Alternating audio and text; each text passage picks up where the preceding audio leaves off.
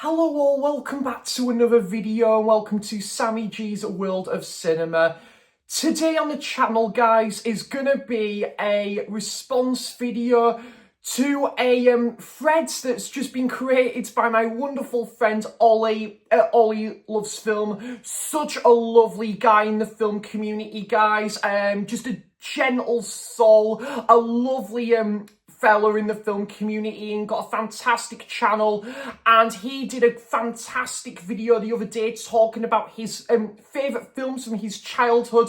And you know what? I thought, yeah, this is something I wouldn't mind doing myself, actually, to be fair. Talking about some of the movies that I grew up with, and it kind of gives you an idea, guys, of some of the films that I've grown up with from like my childhood. So yeah, that's what this video is gonna be about today, guys. So grab yourself a cuppa, guys. It's the weekend still. Let's get on with the show, eh? Let's talk some films. Bring it on, eh?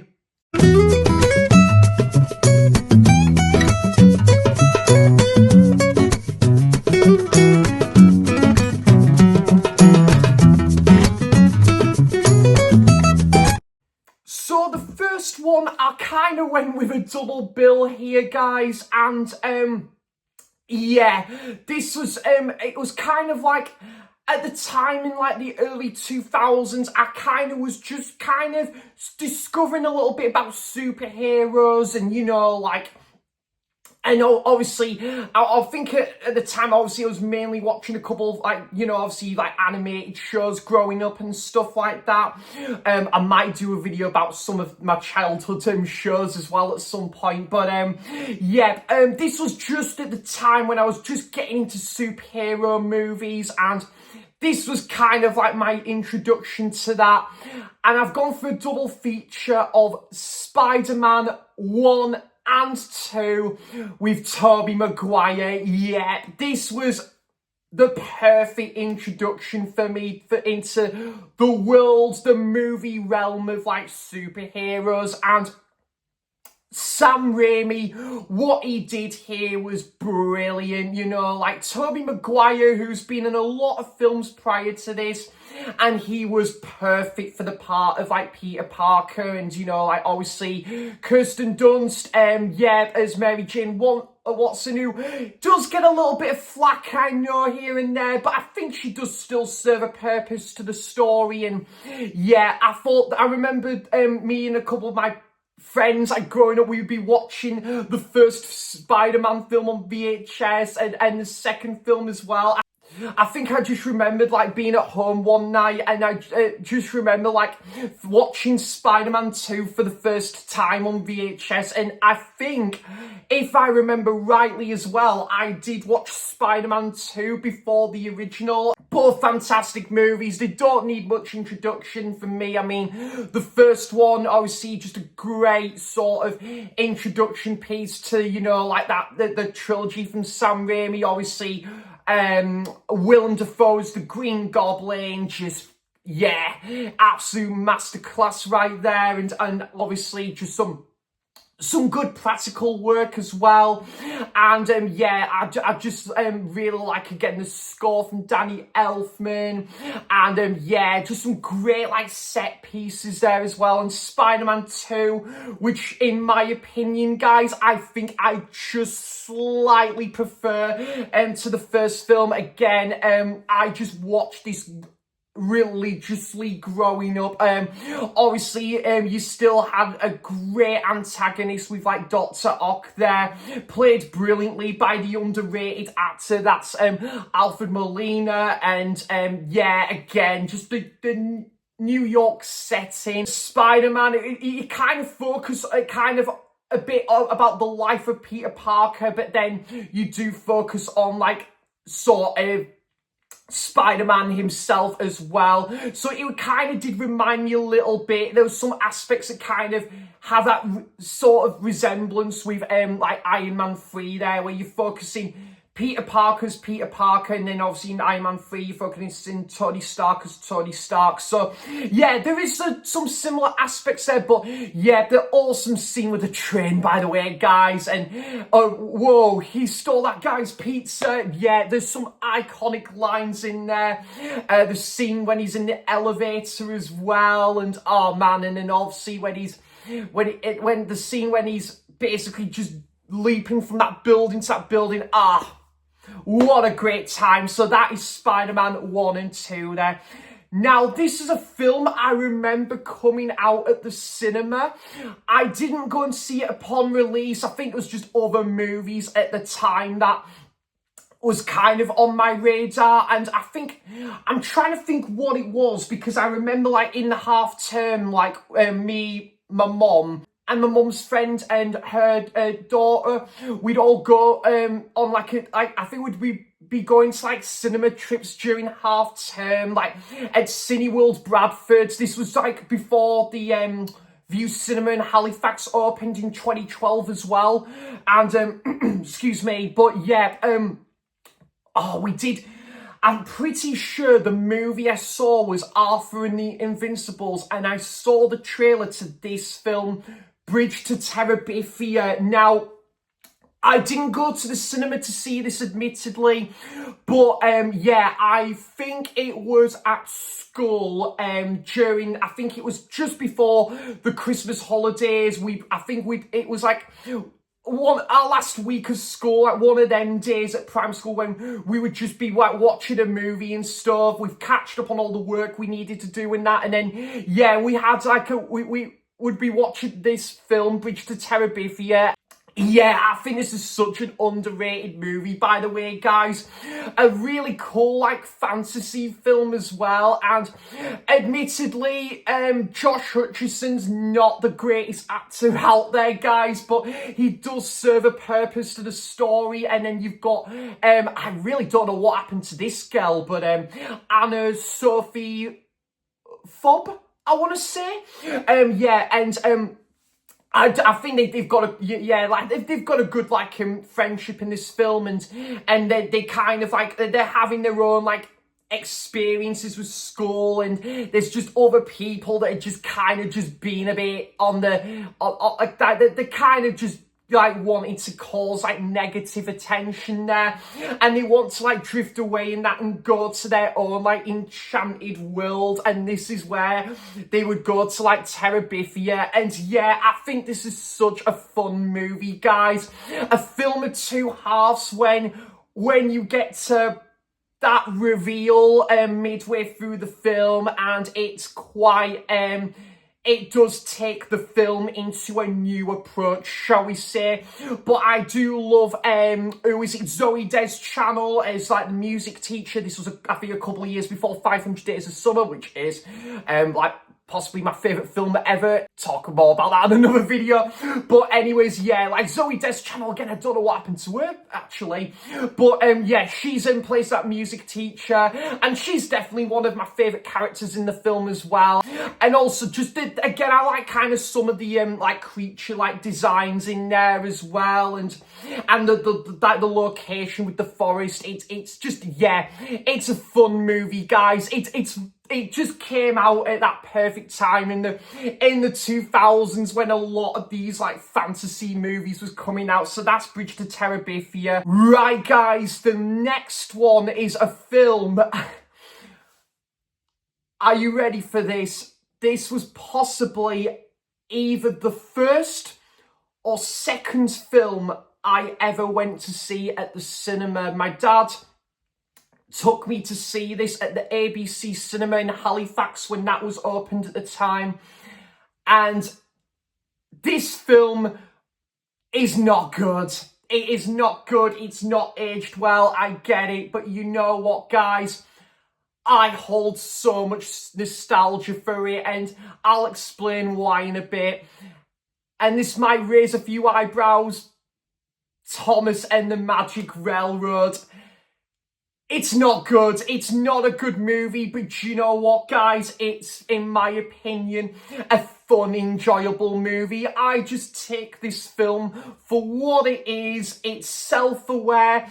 It knows what it's doing, and it's a film, I think it was one of the first VHS tapes I had in my collection as well, so there is that.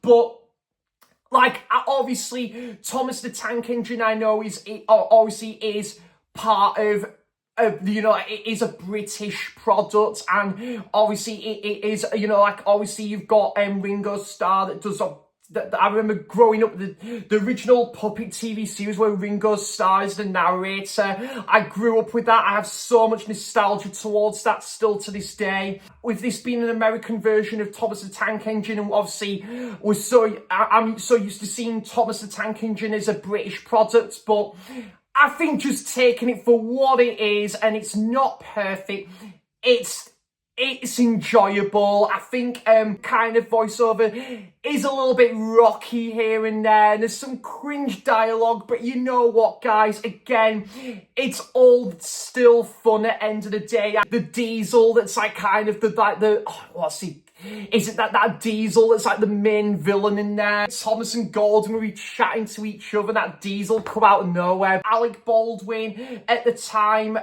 playing as the conductor, he has, you know, he plays a bit of a charming character to the story, and I liked that other guy as well, the guy with the blonde hair. He's you know, like a really cool and slick character to the story as well.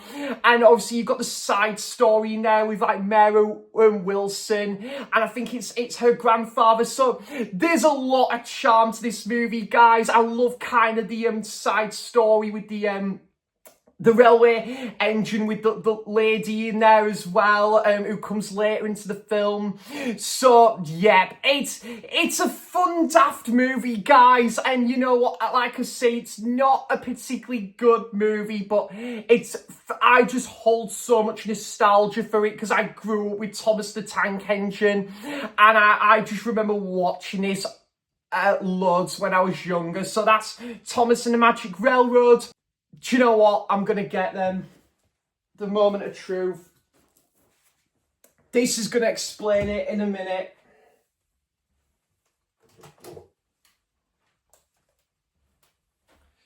So this is going to give a hint of like the next movie I'm going to talk about. And I've had these action figures for ages.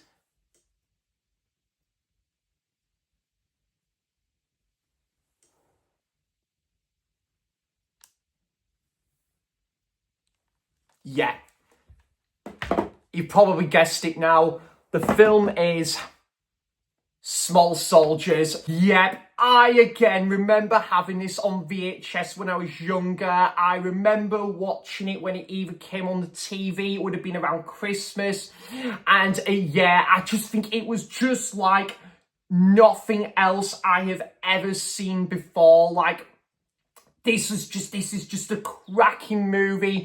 It's a film that still stands up now, guys. And yeah, I just think the whole idea, because as I say, like, I think a lot of us can relate to this, that we, like, growing up and we'd be collecting a lot of, like, action figures and all of that forte, and just seeing, like, these action figure designs and like, into this story where there's, like, these group of action figures, the Commando Elite taking on the Gorgonites, I just think was such a fantastic story there, and just so original at its time.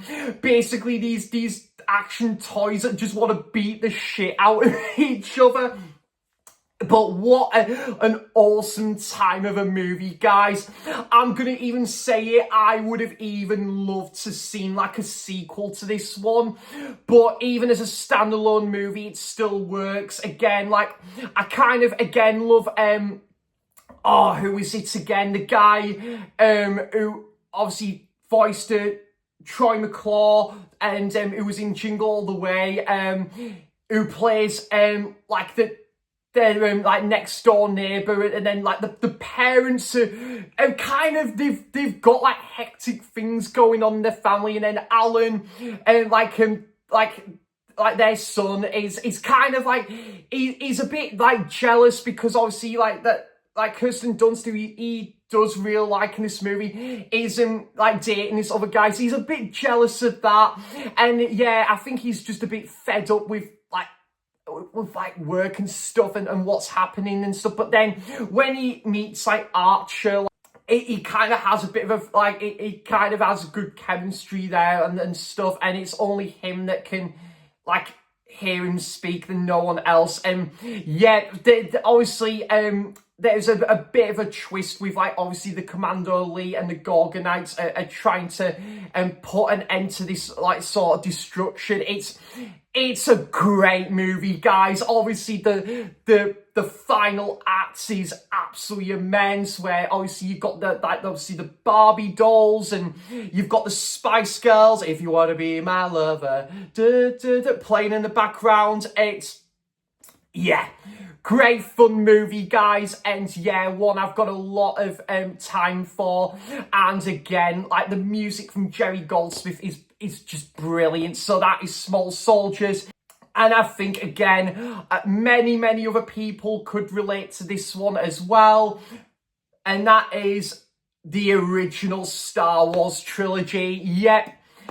Like the other films, majority's other films, I just remember watching this like when I was like 6-7 years old. I had them on VHS, and it was just like science fiction that I have never seen before. I just remember like me and my brother like growing up with Star Wars. I remember my brother would just be like collecting like Lego Star Wars as well, and there would be all the models and that and all that display. It was just fantastic as well, like to be a Star Wars fan at that time, and it probably, and I'm sure it still is now. I'm a bit behind with all the Disney stuff with Star Wars nowadays, but like in the 2000s, obviously when we had the prequels that came out and all those Lego sets, and then watching the original trilogy for the first time was absolutely amazing. Like obviously I just remembered I would get like the DVDs like for Christmas as well, and I remember like on holiday I'd be watching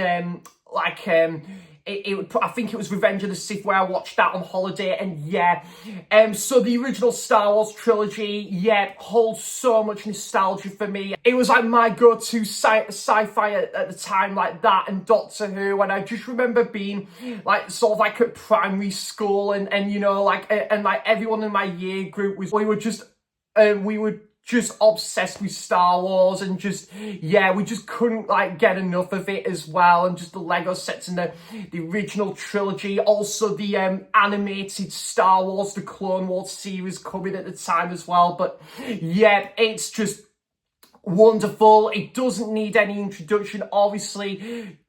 Like, doesn't need any introduction for me. It is just an absolutely spellbinding trio of sci-fi films. It's just like sci-fi opera, shall we say. And yeah, science fiction at its finest. It's absolutely amazing. And of course, what George Lucas gave us was just some of the greatest films ever put to screen there. And you know, like amazing character work with obviously Luke and obviously Leia and Han Solo and Chewbacca, Yoda, and of course Darth Vader being like one of the most, if not the most iconic villain put to screen there.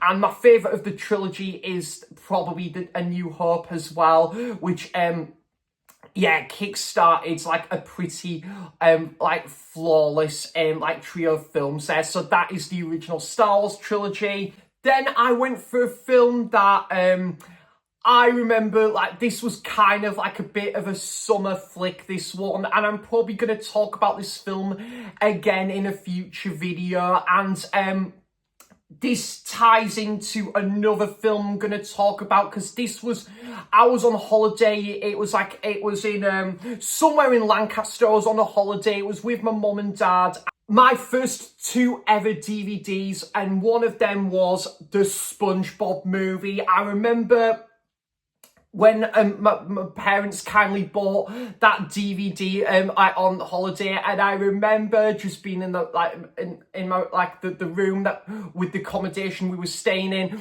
and there was a DVD player, and I watched this, and oh, wow, yeah, this was also my introduction to SpongeBob as well, and I absolutely love and adore this film still to this day. It was one I sadly missed at the cinema as well, but yeah, SpongeBob and Patrick are just firing all cylinders here. Plankton is such a badass villain. Obviously the whole side plot with Neptune and his crown that is stolen, and it just leads on to such a fun adventure movie led brilliantly by SpongeBob and Patrick, and there's some great song numbers in there, a real batshit insane final act as well, and yeah, I just think the animation in this is just hold up so well. It's absolutely great, and yeah, one I've got so much time for. I still love SpongeBob still to this day, guys. Not so much the latter seasons. That's kind of where the show did die in quality for me, but obviously, like say the first 7-8 seasons, there's still that awesome 2D animation style. Yep, I've got a lot of time for, and the 2004 movie, every time I watch it, I've got a big smile on my face and just thinking, wow, yeah, it really brings me back to my childhood watching this.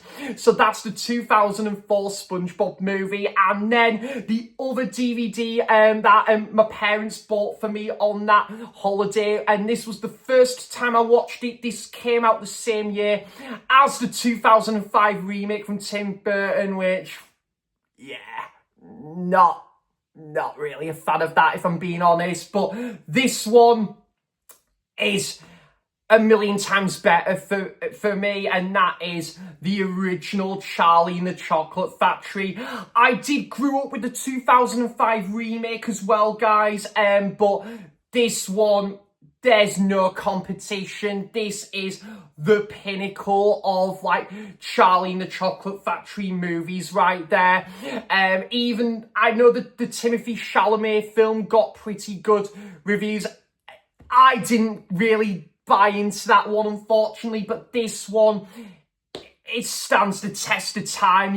Gene Wilder's Willy Wonka, this flamboyant, this fun-loving character that brings so much bucket loads of energy to the story. The setting with the chocolate factory and the set designs is just wonderful. The colours just are so vibrant, they pop here, and again, the choice of candidates as well to in the running for this prize, I think was a perfect decision there, because each bubbly personalities that just get up to so much mischief, and obviously that intertwines with obviously when you've got the Oompa Loompas be there when they're needed. So yeah, and obviously the songs are great.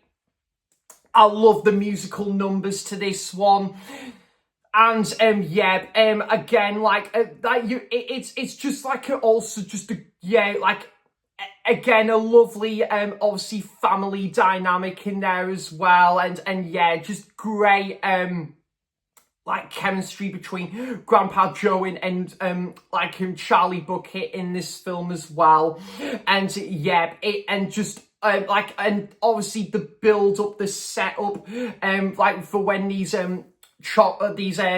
golden tickets have been announced as well.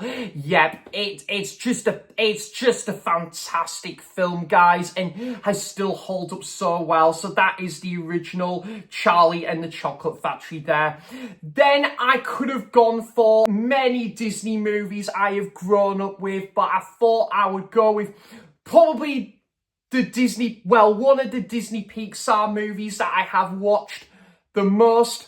And I could say the same with the second film and possibly the third film, but I went for the original Toy Story. So, yep, like many of us, I obviously grew up with Toy Story, and, you know, like, I remember having a Buzz Lightyear action figure, and obviously, like, and Woody as well, and, yeah, again, guys, this is an absolutely, like, beautiful animation movie, a great sort of introduction to, like, Disney Pixar as, like, a company and its output, that, and I believe A Bug's Life as well, and, yeah, this is, again, there's just, again, so many great personalities there, and it's just, like, a great, like, it's again a great, like, introduction with, obviously, you've got let's say Woody and Slinky and Bo Peep and Rex and yeah, and Mr. Potato Head, and then when they basically looking out for what's coming their way on, like, Andy's birthday party, and then that's when you have the introduction of Buzz Lightyear. You've got like an awesome villain there with Sid, and yeah, just a brilliant movie, guys, and one that still I love going back and rewatching, like, still to this day. It's just a family fun movie. I remember either watching this over Christmas or watching it on VHS there. So that is Toy Story. And Toy Story 2, I'll give him a quick mention as well, because I watched that loads growing up and I still love that. Toy Story 3 still to this day, and the fourth one's pretty good, I will say that. Then, guys, I went for a DreamWorks related movie. Again, a lot of DreamWorks animated movies I grew up with, but this is probably could be my favourite one, other than one other film, which I will explain later in the video, and that is Ants. Yeah, I think this is such an underrated animated movie. Again, like, it suits it being its standalone thing, by the way. Yeah, this doesn't need, like, a sequel or anything, guys. It is perfect as a standalone film. But again, yeah, I just remember even me and my dad, we would watch this on, like, VHS, like, again, like, one afternoon, or it'd be raining outside. This is one of the films I'd be watching. Or if I was yeah, I think if I was like, one day where I wasn't at school, and I think I was feeling a bit unwell one day, I think this is one of the movies I would just stick on VHS as well and watch it whilst I was feeling a bit under the weather one day, and yeah, I just think this, again, there's just so much packed into that, like, minimal runtime as well, and just, again, like, Z is just a great, like, sort of, he's a bit shy, and, you know, he's not, I think he's a bit, like, sort of, like, unsure of some of the things that's around him, but, you know, like, he's obviously, like, loves to kind of, like, contribute to work, but when he goes into, like, that army as well, it really kind of sets the template for what's to come, and General and his army are basically on the case and trying to, like, track him down. It's just such a fun adventure movie, guys. Again, the chemistry between Z and the princess, and then you've got and then I love it when the scene where they go to they're in, like, like, is it this field, and then there's that picnic basket, the wasps in there. Yeah, and you have the bug characters as well, and it's just a sweet movie, guys. Again, a great, like, voice cast to this one, which I forgot to mention for Toy Story as well. Great voice cast there. Obviously, you had Tom Hanks and Tim Allen and many others, and you've got a great voice cast with Woody Allen and Sly in there as well. I think Tommy Lee Jones, I believe, and etc. Yeah, it's a good movie, guys, and again, yeah, that I'd love to like revisit again at some point. I just remember like this would get shown like over like at the Christmas period, you know, like on the TV and stuff. And I think I remember me and my mum and dad, we'd all sat down and we'd be watching this together, like the original Charlie and the Chocolate Factory. And yeah, like it's, there is no place like home. The Wizard of Oz, yeah, this is definitely like top 3 musical for me. I absolutely adore this one. Again, guys, I just remember, I think it was, I think I'd be like sort of in Headton Bridge, and I'd love to go like visit, I still love to go and visit charity shops now, but also there'd be like, I would just be like, I think my mum would just like treat me to like a VHS and stuff, and this was, yeah, one of those titles she kindly bought on VHS for me.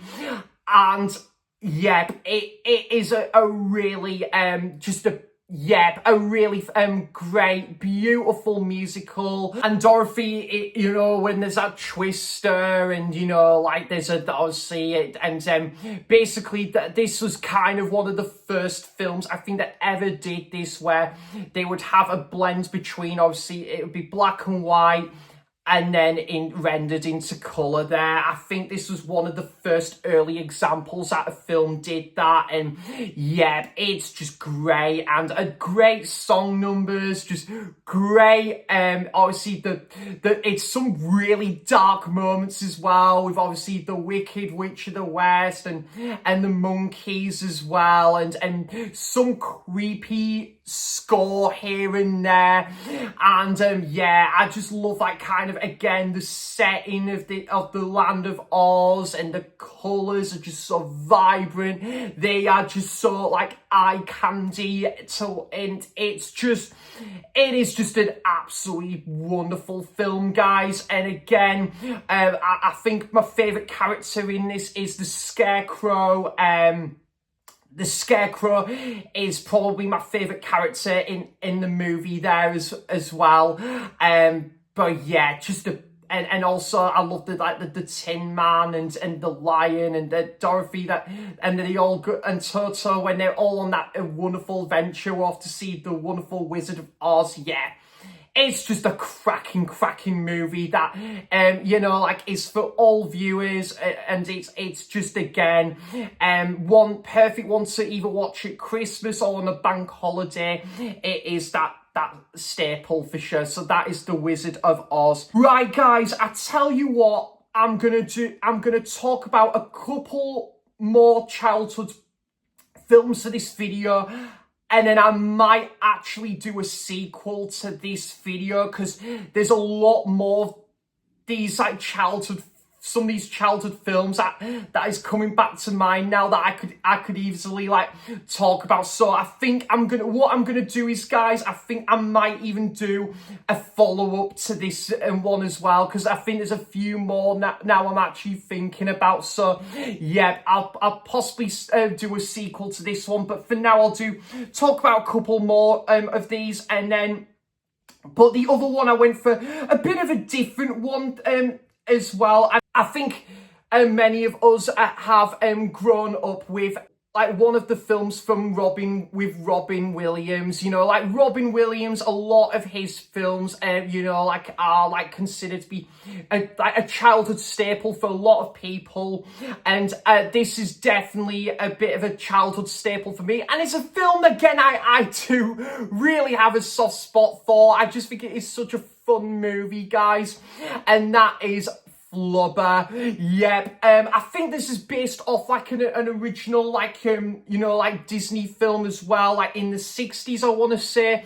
But yeah, I just think, again, I love like Robin Williams as this mad sort of inventor. He comes out with all these wonderful inventions. He's trying to impress this lady. He keeps making all these promises, but he keeps bottling it.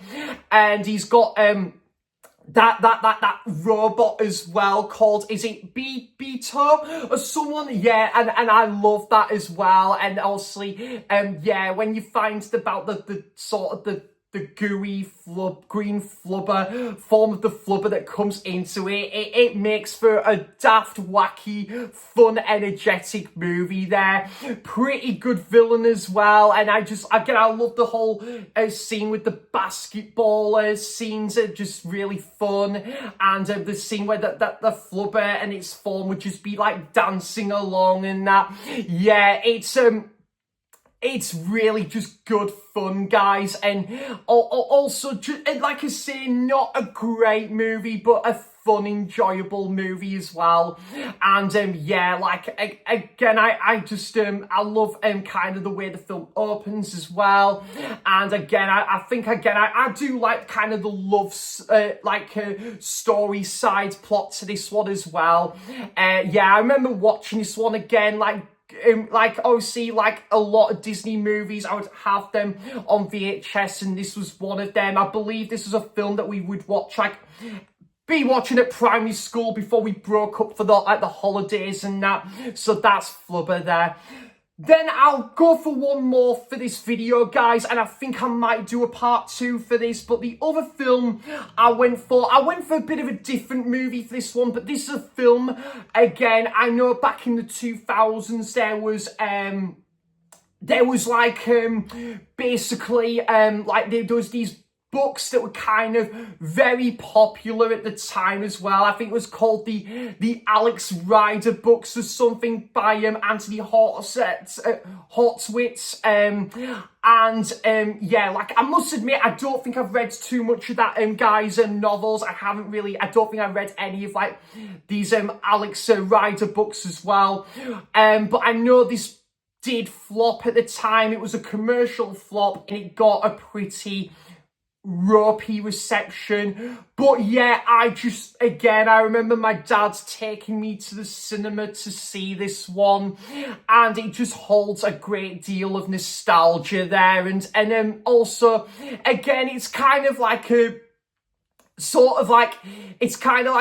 a younger version of a James Bond movie as well, but a pretty fun. It's not a great movie, and you can tell it's got 2000s plastered on it, but I think it's still a fun, enjoyable watch, and that is Stormbreaker. Yeah, as I say, this was probably one of the first DVDs I owned as well, and like I say, guys, this is a film that's got its fair share of problems. I get that, but I think I just remember growing up with this one. This was just around the time when I was getting into some of the early James Bond movies as well, and yeah, it kind of just reminds me of that time when it was like Agent Cody Banks and films like an Inspector Gadget, them kind of films that was coming around at that similar time. And yeah, I just like, again, it's again quite a crucial start to kickstart the movie. And then you've got, again, that kind of that spy sort of espionage feel about this film, and Alex Rider obviously is on that vital mission, I think, to Cornwall. And then yeah, and you've got a pretty good cast in there as well, like Bill Nighy and Alicia Silverstone and Ewan McGregor as well. You've got a pretty good cast to this one, and yeah, there's a lot of entertainment value to this one, guys. There's a couple scenes where he's trying to not be caught out and something, and he's trying to follow these instructions. He's given these instructions from this corporation to go on this vital mission. It's kind of interlinked as well with something that's happened with his uncle as well. But yeah, some of the score as well is quite fun as well. That there's that side story in the film with that guy with, I think it's with the beards as well. And yeah, he's got his own grand opening as well and stuff. So he's kind of a bit of a standout character there as well. But yeah, pretty fun movie, guys. Just not a particularly good movie, but an entertaining one all the same. It's been years since I've last seen this one, guys, but I remember there's one fun scene as well, by like this garage as well, and Alex Rider's just trying to hide from this dog as well, and yeah, there's some fun, enjoyable moments in this one, so that is Stormbreaker. So yeah, guys, those are some of the childhood movies that I kind of wanted to talk about here today on the channel. I've got so much more that is come back to mind there, but I think I will savour that for like a follow-up video right there. But I had such a ball doing this, talking about some of the movies that I grew up with, and yeah, great thread started out by my wonderful friend Ollie there, and I'll put a link to Ollie's channel in the description box down below as well. But yeah, guys, do let me know your thoughts on any of these movies, and have you seen any of these movies, and have you grown up with any of these movies, or if not, what's like kind of your thoughts on them? I would love to know all that good stuff in the comments down below, and do let me know some of your films that you've grown up with as well, and if you got any favourite films from your childhood, yeah, like definitely, and would love to know all of that good stuff in the comments down below. So thanks for watching, cheers for stopping by, and until next time, I'll see you for the next video. Bye bye.